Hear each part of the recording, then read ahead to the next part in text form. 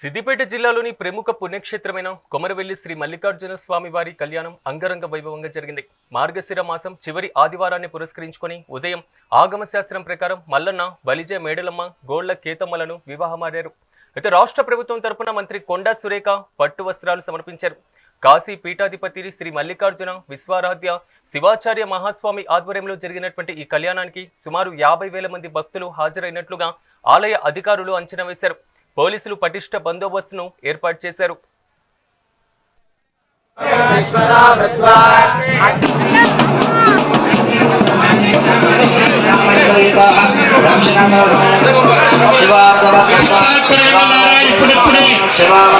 స్వామి అమ్మవార్ల దివ్యలీలా వైభవ కళ్యాణ మహోత్సవ కార్యక్రమానికి తెలంగాణ రాష్ట్ర ప్రభుత్వం పక్షాన స్వామి అమ్మవార్లకు పట్టి వస్త్రాలు, అదేవిధంగా ముత్యాల తలంబ్రాలు, స్వామికి సమర్పించే వస్త్రములు,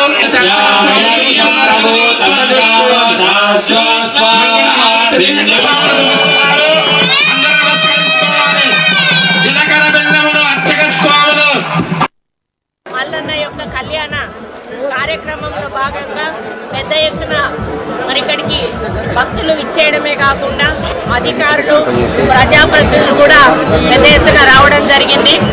మరి ఎన్నికల కోడ్ ఉన్నా కూడా ఎలక్షన్ కమిషన్ వారు పట్టు వస్త్రాలు సమర్పించడానికి మాకు పర్మిషన్ ఇవ్వడం జరిగింది.